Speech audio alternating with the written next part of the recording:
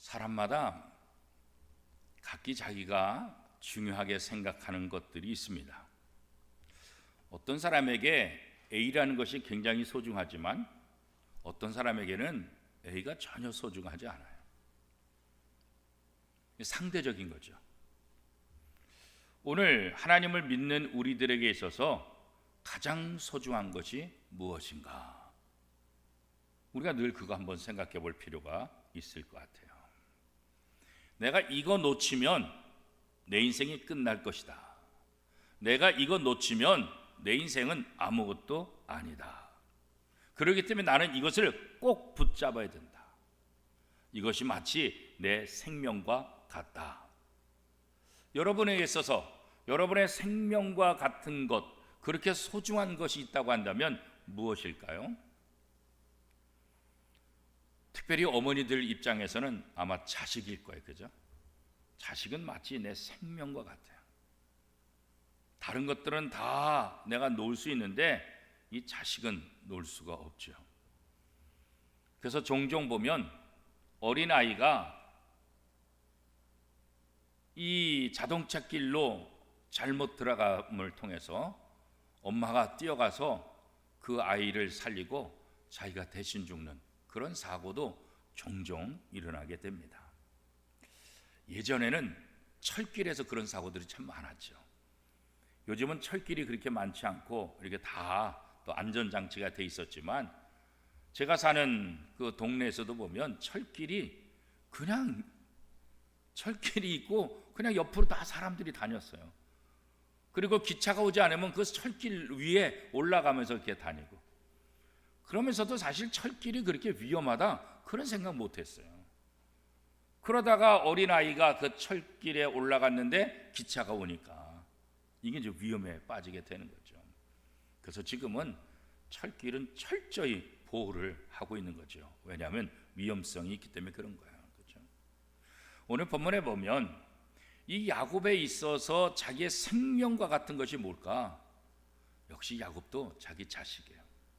그 중에서도 누구냐? 베냐민 이전에 야곱에게 있어서 자신의 생명과 같은 아들이 있었는데 그 아들은 누구였어요? 요셉이었죠. 그런데 그 요셉이 짐승에 물려 죽어버린 이후에 정말 정신이 완전히 나갔잖아요. 멘붕 상태였잖아요. 왜냐하면 이 요셉은 자기가 그토록 사랑했던 라헬의 첫 번째 아들이잖아요. 이 라헬과 결혼하기 위해서 어마어마한 7년을 수일같이 보냈잖아요. 그만한 대가를 지불하면서 이 아내를 얻었잖아요. 그가 낳은 아들 이 요셉이 정말 생명과 같죠. 두 번째 아이 베냐민을 낳다가 그 라헬은 죽고 말죠. 자기가 그토록 사랑했던 아내가 죽고, 그렇잖아요. 그런 다음에 이 요셉은 이 야곱에 있어서 자신의 생명과 같은 거예요. 그런데 요셉도 짐승에 물려서 죽었다고 하니까 그 다음 이 야곱에게 있어서 생명과 같은 자식은 누구냐? 라헬의 두 번째 아들, 이 요셉의 동생 베냐민이 자신의 생명과 같은 거예요. 그러니까 애굽에 기근으로 인해서 곡식을 사러 보낼 때도 10명의 형제들을 다 보내면서까지 막내 베냐민은 보내지 않았어요. 왜냐하면 자기의 생명과 같으니까. 만약에 갔다가 이 베냐민마저 잘못되면 내 인생은 끝이다 그렇게 생각했기 때문에 10명의 형제를 보내면서도 이 베냐민은 안 보냈다고요. 그런데 10명의 형제들이 애굽에 가서 곡식을 구하기 위한 그런 과정 속에서 어떤 일이 일어나겠어요? 이 정탐꾼을 오해받은 거예요. 간첩으로 오해받은 거예요. 그런 상황 속에서 이 요셉이 꼬치꼬치 묻잖아요. 너희들에게 아버지가 살아계시냐? 혹시 너희들에게 동생이 있냐? 유도신문을 하잖아요. 그 유도신문에 걸려가지고 벌벌벌 떨면서 다 불잖아요. 아버지 살아계시다고, 동생이 있다고, 그 동생이 같이 못 왔다고, 그 동생마저 죽으면 큰일 난다고, 아버지가 그토록 사랑했던 동생이 있었는데 그가 죽은 다음에 이 동생, 막내 동생을 아버지가 그토록 좋아하고 사랑한다고, 그래서 오지 못했다고. 그냥 술술술술 모든 것 다. 왜요? 요셉이 다 아니까 그런 거잖아요. 그런 과정 속에서 요셉이 정탐꾼으로 몰고 이들에게 어떻게 했어요? 막내를 데리고 와라. 막내를 데리고 와야 너희가 정탐꾼이 아는 것을 내가 증명하겠다. 그리고 시몬을 인질로 삼잖아요. 집에 돌아와서 이 사정을 다 얘기하니까 아버지가 펄펄 난리가 났잖아요. 그죠? 절대로 안 된다. 절대로 안 된다. 요셉도 죽었는데 베냐민까지 죽으면 나는 못 산다. 절대로 안 된다. 그러죠. 야곱에게 있어서 베냐민은 자기의 생명과 같은 모든 거 다 놓는다 할지라도 베냐민만은 놓지 못하겠다. 예전에도 요셉을 형들에게 어떻게 하는지 좀 지켜봐라, 돌아봐라. 그리고 보냈다가 요셉을 잃어버렸기 때문에 내 눈에서 이 아들이 벗어나면 어떤 일이 일어날지 모르는 거예요. 두려운 거예요. 왜? 요셉의 경험 때문에. 그래서 베냐민은 끝까지 끼고 있는 거예요. 베냐민만은 내놓지 못하겠다. 이게 아버지요. 그러면 우리가 정탐꾼 해가지고 다 죽습니다. 그래도 못 보낸다. 그만큼 이 아버지 야곱에게 있어서 베냐민은 자신의 생명과 같은 거죠. 그죠? 오늘 우리가 내가 끝까지 붙잡는 거 이거 뭔가? 이거 한번 생각해. 그것이 정말 내가 끝까지 붙잡을 수 있는 것인가? 내가 이 땅을 떠나면 그 끝까지 붙잡은 것이 내게 무슨 유익이 있을까? 그런 생각을 한번 해볼 필요가 있는 거죠. 그렇죠? 내 생명이 끝나는 그 순간에도 내가 붙잡은 그것 때문에 내 마지막 순간에도 내게 이익이 되느냐, 내게 도움이 되느냐, 그런 거죠. 오늘도 우리가 이 땅에 살면서 내가 다른 것은 다 포기해도 이것만은 포기하지 못해. 그런 것들이 있잖아요.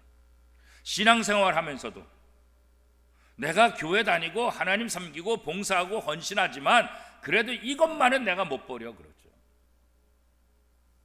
자기의 취미일 수도 있고 자기 어떤 다른 것들이 있을 수 있겠죠. 그죠? 내가 신앙생활에도 이것만은 못 버려.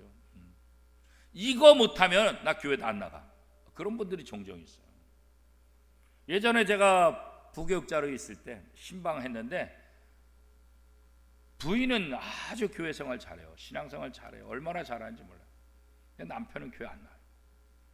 그 당시 남편이 회사 중소기업 사장이셨는데 한 번은 신방을 갔어요. 그래서 같이 만났는데 아니 아내는 이렇게 열심히 교회 나오시는데 이제 교회 함께 나오시죠. 그랬더니 아유 내가 골프를 못 치면은 그때 나갈게요. 그러더라고요. 골프를 못 치게 되면 그때. 그게 벌써 20몇 년 전 일이니까 그 당시에 골프 치러 다니는 사람은 대단한 부자죠. 그죠? 근데 내가 골프 치러 가지 못하면 그때 나올게요. 그러더라고요. 그러니까 이분에게 있어서 교회 나오지 못하는 건 뭐예요? 골프. 이 골프 하러 가야 되니까 주일날, 일요일날 이거 골프 하러 가야 되니까 난 주일 교회 못 간다는 거예요. 내가 골프 하러 가지 못하면 그때 나갈 거예요. 그 말은 안 했지만 속으로 제가 그랬어요. 골프 하지 못하면은 걷지도 못해요. 그렇죠? 그때는 교회 나오려고 해도 못해요. 그렇잖아요. 그분에게 있어서 이 골프가 그 당시 최고예요. 이것 때문에 신앙생활 못하겠다는 거예요. 그렇죠? 요즘도 종종 전도할 때 보면 그렇게 얘기하는 분들이 있어요. 그죠? 골프 대신 다른 거 집어넣는 거죠. 자기의 취미라든가 자기의 가족이라든가 자기 어떤 것들. 그죠? 이것 때문에 내가 교회 못 나가요. 신앙생활 하면서도 그런 것이 있을 수가 있지요. 그렇죠? 우리는 하나님보다 세상을 더 의지하죠. 왜 그렇겠어요? 하나님은 보이지 않으니까. 세상은 보이지 않아요. 그러니까 보이지 않는 하나님보다 보이는 세상, 이걸 더 의지하는. 이 연약한 인간들이 어떻게 보면 당연한 거죠. 그렇죠? 이스라엘 백성들도 보세요. 모세가 시내산에 40일 동안 올라가가지고 율법을 받으러 올라갔잖아요. 그죠? 시내산에 올라간 하나님을 만나러 간 모세가 40일 동안 보이지 않으니까 이스라엘 백성들이 불안하기 시작하는 거예요.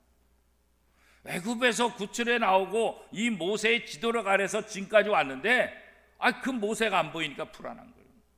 이스라엘 백성들에게 있어서 보이지 않는 하나님 대신 보이는 모세가 마치 하나님처럼 생각됐다고요. 모세가 있으면 든든했다고요. 그죠? 모세와 함께 있으면 전쟁에서 승리했고, 문제가 생기더라도 모세가 있으면 그 문제들이 다 해결됐으니까요. 그죠? 그런데 모세가 안 보이는 거예요. 이스라엘 백성들에게는 하나님이 안 보이는 거예요. 그죠? 그러니까 어떤 일을 벌였어요? 아론에게 얘기해가지고 눈에 보이는 하나님을 만들자. 그래가지고 애굽에서 나올 때 금붙이들 이런 것들을 다 갖고 나온 걸 그걸 모아가지고 금송아지를 만들었잖아요. 자, 이게 애굽에서 우리를 인도한 하나님이다 그런 거죠. 하나님이다. 눈에 보이는 하나님, 그걸 원하는 거예요. 오늘 우리도 마찬가지예요. 눈에 보이는 어떤 힘, 눈에 보이는 어떤 것, 그거 자꾸 원하잖아요. 그렇죠? 근데 사실 눈에 보이는 것보다 눈에 보이지 않는 것이 훨씬 더 중요하다는 사실을 성경은 우리에게 얘기하고 있잖아요. 그렇죠? 야곱은 끝까지 베냐민을 붙잡고 놓지 않으려고 하는 거예요. 베냐민이 형들과 함께 애굽으로 가지 않는다고 한다면 우리 가족이고 또 인질로 잡혀있는 시몬이고 모두 다 죽습니다. 그렇게 아들들이 간곡하게 요청해도 나 안 보낸다 그러고 합니다. 베냐민이 같이 가야 인질도 살리고 우리 모두를 사는데 이 베냐민을 놓지 않으니까 다 죽게 생긴 거예요. 그죠? 야곱이 아끼고 사랑하는 베냐민, 이 베냐민을 내가 반드시 데려오겠습니다. 누가 그래요? 유다가. 아버지 어떤 일이 있어도 그런 일 없습니다.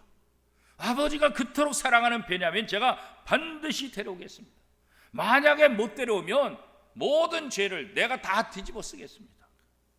내가 볼모로 붙잡혀서, 내가 인질로 붙잡혀서 그렇게 해서라도 이 베냐민은 반드시 보내겠습니다. 우리가 죄로 인해서 다 죽을 수밖에 없는 존재. 이 죄인에 대해서 심판하시고 이 죄인에 대해서 조금도 긍휼을 베풀지 않아요. 죄인은 마땅한 벌을 받아야 되는 거예요. 그죠?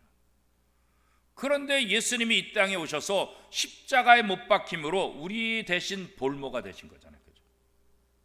우리 대신 붙잡힌 거예요. 우리를 살리기 위해서 우리 대신 붙잡혔다. 우리 대신 십자가에 못 박혔다는 거예요. 그죠? 율법의 모든 저주에서 우리를 속량하셨죠. 구속하셨죠. 모든 우리의 죄의 문제를 다 해결해 주셨잖아요. 그죠? 창세기 이 본문에서 왜 유다가 내가 대신 볼모로 붙잡혀서라도 베냐민을 반드시 데려오겠습니다 이렇게 얘기했잖아요. 성경은 우리가 그냥 쉽게 생각하면 안 돼요. 여기에 왜 유다가 그런 말을 했을까? 여기에 왜 유다가 그렇게 등장할까? 이것은 예수 그리스도와 연결되어 있는 거예요. 예수님이 누구예요? 바로 유다의 후손이라고. 유다의 후손이라고. 여기서는 유다를 말하지만 장차 후에는 누구를 말하는 거예요? 바로 예수 그리스도. 예수님께서 우리 대신 십자가에 못 박힘을 통해서 모든 죄 문제를 해결해 주실 것이라는 것을 이미 창세기에서 알려주고 있는 거예요. 그래서 성경을 읽으면 읽을수록 이게 기가 막혀요. 재밌어요. 신기해요. 어떻게 이렇게 연결이 되지? 어떻게 이렇게 아니 창세기 시대하고 신약 시대하고 도대체 몇천 년의 차이가 있는데 아니 이런 일이 어떻게 일어날 수 있을까? 그죠? 미래에 일어날 것을 알고 그렇게 얘기했을까? 당신들도 다 모르잖아요. 당신들도. 하나님의 섭리와 하나님의 계획 속에서 하나님께서 모든 것들을 이끌어가고 계시다는 것을 우리는 알게 되는 거죠. 예수 그리스도께서 십자가를 통해 우리를 영원한 죽음에서 살리시는 거죠.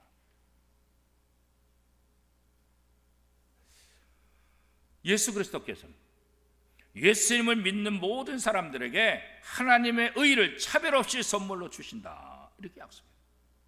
누구든지. 누구든지라는 말을 우리가 어디서 잘 이해할 수 있어요? 예수님께서 십자가에 못 박힐 때 같이 매달렸던 두 강도를 통해서 알잖아요. 예수님께서 십자가에 못 박힐 때 두 강도는 어떤 사람이에요? 그 당시 십자가형은 누가 받는 거예요? 이건 사형하고 또 달라요. 사형이긴 하지만 다르게 죽을 수 있는데 십자가를 통해서 사형 언도가 내려졌다는 것은 이건 최고의 악한 사람. 이 사람은 악인 중에서도 최악의 사람이라고. 그러니까 예수님의 십자가 양옆에 달렸던 이 강도들, 이 사람들은 정말 인간 말종이라고요. 최악의 사람들이거든. 그런데 그 중에 한 명이 예수님을 바라보고 믿고 의지함으로 구원받았잖아요. 이것은 뭘 보여주는 거예요? 어떤 사람이라도 예수를 믿으면 구원받을 수 있다는 복음을 우리에게 알려주는 거죠. 나는 안 돼. 나 같은 죄인이 어떻게 구원받겠어? 나같이 나쁜 인간이 어떻게 구원받아? 나 같은 인간이 구원받으면 이 세상에 어떻게 돼? 그런데 그 강도 한 명이 구원받았다는 것을 통해서 이 땅에서 구원받지 못할 사람이 없다는 것을, 그 복음을 우리에게 다시 한번 알려주고 있는 거죠. 이것은 또 하나 무엇을 의미합니까? 우리의 행위로 구원받지 않는다는 것을 다시 한번 이야기해 주고 있는 거예요. 에베소서 2장 8절에 보면 그 은혜를, 그죠? 그 은혜를 믿음으로 구원에 이른다 그러죠. 그 은혜를 믿음으로 구원을 받는다. 그 은혜가 뭐예요? 십자가 은혜, 십자가 은혜. 사람이 행위로 구원받는 것이 아니다, 그죠? 행위로 하나님 앞에 이를 자가 없다는 것. 이 강도의 구원을 통해서 우리는 그것을 보잖아요. 행위로 보면 이 사람이 어떻게 구원받을 수 있어요? 구원받을 수 없지. 그러나 그 행위로 구원받는 것이 아니라 그렇게 악한 강도라 할지라도 예수 그리스도를 영접할 때 구원받을 수 있다는 사실을 또 우리에게 알려주고 있는 거예요. 어떤 사람이 다 구원받을 수 있다는 것을 보여주는 거고, 사람은 행위로 구원받지 않는다는 사실을 이 강도의 구원을 통해서 우리가 다시 한번 깨닫게 되는 거예요. 구원은 어떻게 얻는 거예요? 은혜로. 그 은혜가 뭐예요? 십자가 은혜로. 그 십자가 은혜를 믿음으로 말미암아 구원을 얻는다. 이게 바로 복음 아니겠어요, 그죠? 우리가 예수 그리스도 안에서 의인됐다는 것, 여러분 이거 믿습니까? 이게 가장 중요한 믿음이지. 내가 어떠한 삶을 살았든지, 내가 누구든지 상관없이 내가 예수 그리스도를 영접하고 내 마음의 문을 열고 예수님이 내 안에 들어오고 나와 예수님이 하나가 될 때 우리가 구원받고 그 하나님의 놀라운 은혜를 경험하게 되고, 하나님께서 우리에게 의인이다 그렇게 인정해 주시죠. 아브라함이 죄를 하나도 안 졌기 때문에 의인이라고 부름받은 걸까요? 그렇지 않잖아요. 하나님이 아브라함을 의인으로 여겨준 거예요. 여겨준 거예요. 아브라함은 왜 부족함이 없어요? 자기 살겠다고 부인을 누이라고 속였잖아요, 그죠? 아브라함도 믿음의 조상이라고 칭찬받는 아브라함도 얼마나 연약한 존재예요, 그렇잖아요. 얼마나 허물이 많겠어요. 그러나 하나님은 그 아브라함을 의로 여겼다. 원래 의롭지 못하지만 하나님이 인정해 주는 거예요. 인정해 주는 거예요. 오늘 우리도 마찬가지예요. 우리 어떤 행위가 아니라 하나님의 긍휼과 하나님의 사랑으로 우리를 인정해 주는 거예요. 뭐로요? 의롭다고. 왜요? 예수 그리스도의 십자가 그것을 통해서. 그래서 우리가 의인이 된 거예요. 내 행위로 의인이 된 것이 아니에요. 내가 예배 열심히 참석해서, 내가 기도 열심히 해서, 내가 교회 봉사 열심히 해서 의인이 되냐? 절대로 그렇지 않아요. 은혜로 하나님께서 죄인인 우리를 내가 예수 그리스도 안에서 너를 의인으로 인정했다. 이거 인정했다는 거죠. 예수님께서 십자가에 못 박히심으로 하나님의 말씀에 순종함으로 우리에게는 놀라운 역사가 일어난 게 된 거잖아요, 그렇죠? 그 예수 그리스도의 공로가 우리를 살린 거예요, 그렇죠? 그 예수 그리스도를 통해서 우리는 의인으로 인정함을 받고 그 십자가 은혜를 믿음으로 구원받은 사람이다, 그런 거죠. 유다가 아버지를 설득하는 과정 속에서 내가 인질이 되겠습니다. 내가 볼모가 되겠습니다. 이렇게까지 얘기하니까 아버지 야곱이 드디어 허락을 해요. 그래서 오늘 본문에 보면 어떻게 말하고 있습니까? 그러면 다 좀 준비해라. 아버지가 진작 허락했다고 하냐. 우리가 벌써 애굽에 2번이나 갔다 왔을 것입니다. 그러면서 야곱이 어떻게 말합니까? 11절 말씀 우리 같이 한번 읽어볼까요? 11절 같이 읽겠습니다. 시작. 그들의 아버지 이스라엘이 그들에게 이르되 그러할진대 이렇게 하라. 너희는 이 땅의 아름다운 소산을 그릇에 담아 가지고 내려가서 그 사람에게 예물로 드릴지니 곧 유향 조금과 꿀 조금과 향품과 모략과 유향나무 열매와 감복숭아니라. 그런 거죠. 그래서 이제 베냐민을 보내면서 그래도 그 총리가 좀 잘 봐야 되니까 우리에게 귀한 것 이거 준비해서 갖다 드려라. 그런 거죠. 그리고 12절에 어떻게 말합니까? 12절 같이 읽겠습니다. 시작. 너희 손에 갑절의 돈을 가지고 너희 자루 아귀의 도로 넣어줘 있던 그 돈을 다시 가지고 가라. 혹 잘못이 있었을까 두렵도다. 그리고 양식을 사가지고 왔는데 양식을 풀어보니까 돈이 그대로 있었잖아요.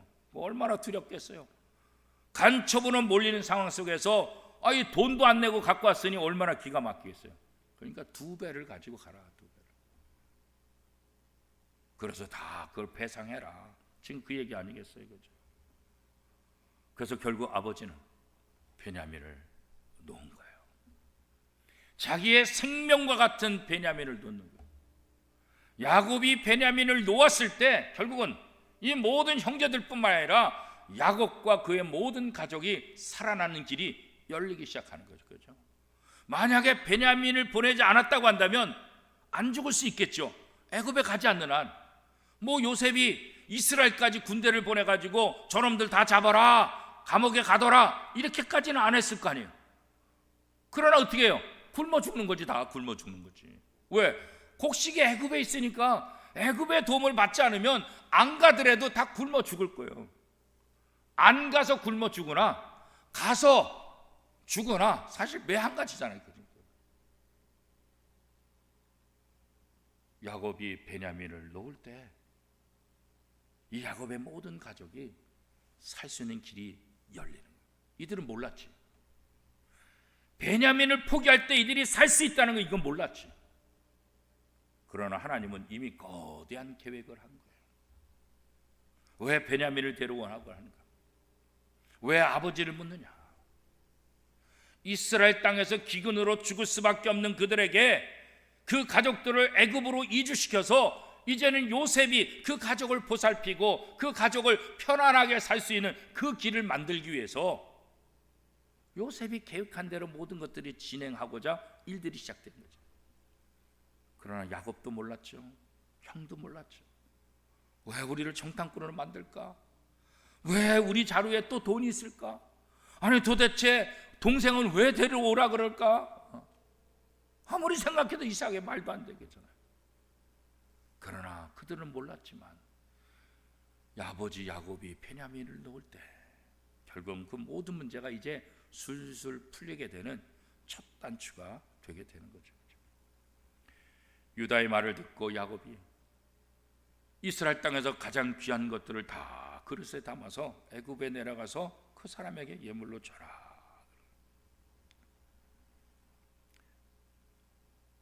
야곱에게 있어서 사실 누구보다도 하나님을 의지해야 되는데 그렇죠? 이제 하나님 앞에 기도하는 거죠. 이제 하나님 앞에 14절 말씀 우리 같이 한번 읽어보겠습니다. 14절 말씀 시작. 전능하신 하나님께서 그 사람 앞에서 너희에게 은혜를 베푸사 그 사람으로 너희 다른 형제와 베냐민을 돌려보내게 하시기를 원하노라. 내가 자식을 잃게 되면 이르리로다. 드디어 하나님 앞에 기도하는 거예요. 내 것을 놓으니까 기도하는 거예요. 내 것을 놓으니까 기도하는 거예요. 베냐민을 붙잡고 있을 때는 기도하지 않아요. 그런데 내 귀한 것을 놓으니까 하나님 앞에 기도하는 거죠. 여러분, 여러분이 놓아야 될 게 무엇입니까? 무엇을 놓아야 하나님 앞에 간절히 기도하겠습니까? 무엇을 놓아야 하나님 앞에 더 한 걸음 한 걸음 갈 수 있겠습니까? 그렇죠? 하나님은 오늘 우리의 삶 속에서 내가 놓아야 할 것이 무엇이냐? 야곱이 베냐민을 놓은 것처럼 너는 오늘 무엇을 놓아야 되겠느냐? 이 질문을 지금 우리에게 던지고 있는 것 아니겠습니까? 그렇죠? 그거 붙잡느라고 하나님 의지하지 않는 거예요. 그거 붙잡느라고 고통과 두려움과 염려 속에 있는 거예요. 그거 놓으면 사는데, 그거 놓으면 하나님 앞에 더 간절하게 기도하는데. 그렇죠? 예수 그리스도의 십자가 보혈을 의지하면 죄 사함을 받는데, 예수 그리스도의 십자가 보혈을 믿지 않고 내가 의로워지려고, 내가 착해 보려고, 내가 뭐 해보려고 백날 해보세요, 천년 만년 해보세요. 우리의 행위로 구원받을 수 있나? 그렇잖아요. 성경은 우리의 행위로 구원받을 수 없다고 분명하게 말하고 있잖아요. 그런데 우리는 하나님의 약속을 믿지 않고 내 어떤 행위로, 내 인간적인 모습으로 구원을 받고자 하는 사람이 이 땅에 얼마나 많아요. 그렇죠? 그거 다 루터가 해봤잖아요. 그거 다 쓸데없는 거라고. 루터보다 더 많이 해본 사람이 어디 있어요?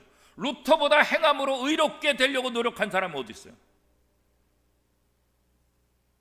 그런데 행함을 할수록 오히려 더 고통스러워. 그러다가 로마서를 읽고 의인은 오직 믿음으로 말미암아 살리로다, 이걸 깨닫게 된 거죠. 내 행위로 구원받는 것이 아니라 믿음으로 구원받는다. 믿음으로. 이거를 깨닫게 돼. 이걸. 그렇구나. 지금까지 내가 행위로, 지금까지 선행으로, 지금까지 인간적인 노력으로 내 죄 문제를 해결하려고 그렇게 노력했는데 내 마음이 시원해지긴커녕 오히려 더 두렵고, 오히려 더 무겁고, 오히려 더 괴로웠는데 오직 의인은 믿음으로 말미암아 살리라. 이 말씀에 완전히 녹아졌잖아요. 완전히. 모든 죄로부터 자유케 됐죠. 이 기쁜 소식, 이 복음을 깨닫고 세상 사람들에게 이 복음을 전하는 거죠. 그 당시 교회 가톨릭은 이것을 인정하지 않으니까, 그러니까 사제들에게, 가톨릭에 대항해서 율법으로 구원받는 것이다, 행함으로 구원받는 것, 선행으로 구원받는 거 아니다. 오직 의인은 믿음으로 말미암아 구원받는다. 이것을 선포했던 것 아니겠어요? 그렇죠? 전능하신 하나님이 우리 죄인인 인간을 예비해서 만드신, 또 보내주신 예수 그리스도, 그렇죠? 그를 믿을 때 하나님께서 우리에게 하나님의 자녀의 그 선물을 주시고 은혜를 베풀어 주시겠다. 그렇지 않아요? 하나님이 주신 그 의로 인해서 우리에게 참된 평화와 기쁨과 풍요를 맛보게 해 주시겠다. 그렇죠? 그럼에도 불구하고 처음에는 기쁨과 감격으로 신앙생활을 잘하던 우리들이 신앙생활 좀 더 오래 하다 보면 이게 종교적으로 가는 거예요. 종교적. 이게 이제 문제가 되는 거예요. 형식화되는 거예요. 옛날에 받았던 은혜, 옛날에 받았던 감격, 이거 다 사라져버리고 형식화되는 거예요. 왜 예수님이 바리새인을 책망했어요? 왜 예수님이 유대교 지도자들을 왜 책망했어요? 너무 율법화되는 거예요. 형식화되는 거예요. 오늘 우리가 그거 조심해야 돼요. 오래 믿다 보면 나도 모르게 형식화가 돼요. 제도화되는 거예요. 중세 교회가 제도화되니까 여기서 문제가 생기는 거죠. 하나님의 은혜를 잃어버리고 자기네들이 만든 법들로, 제도들로 교회를 얽어매고 성도들을 얽어매는 거예요. 자유를 줘야 될 교회가 오히려 억압하는, 여기에 문제가 생기는 거죠. 종교적인 행위로 절대로 구원받을 수 없다는 것을 루터가 우리에게 다시 한번 보여준 거 아니겠어요? 사랑하는 성도 여러분, 우리는 이 사순절을 통해서 매일매일 주님 앞에 나가는 십자가를 분다, 십자가 은혜를 다시 한번 생각하는, 그 십자가 은혜가 내게 자유를 주고 그 십자가 은혜가 내게 풍요함을 준다는 사실을 우리가 다시 한번 기억해야 돼요. 우리 힘으로 하나님 앞에 나갈 수 없어요. 오직 예수 그리스도 안에서 하나님께서 주신 그 은혜, 이거 붙잡아야 사는 거죠. 이래 다시 한번 이 사순절을 보내면서 내가 놓아야 할 것이 무엇인가, 내가 아직까지 포기하지 못하고 끝까지 붙잡았던 것이 무엇인가. 야곱이 베냐민을 놓을 때 문제가 해결되는 단초가 된 것처럼 내가 아직도 끝까지 붙잡고 있는 것, 그거 내려놓아야 하나님의 은혜를 누리고 하나님의 사랑을 확인할 수 있게 될 것입니다. 이 사순절에 붙잡고 있는 것을 내려놓는 훈련을 하며 하나님 앞에 나가며 십자가를 붙잡고 사는 저와 여러분의 삶이 될 수 있기를 축복합니다.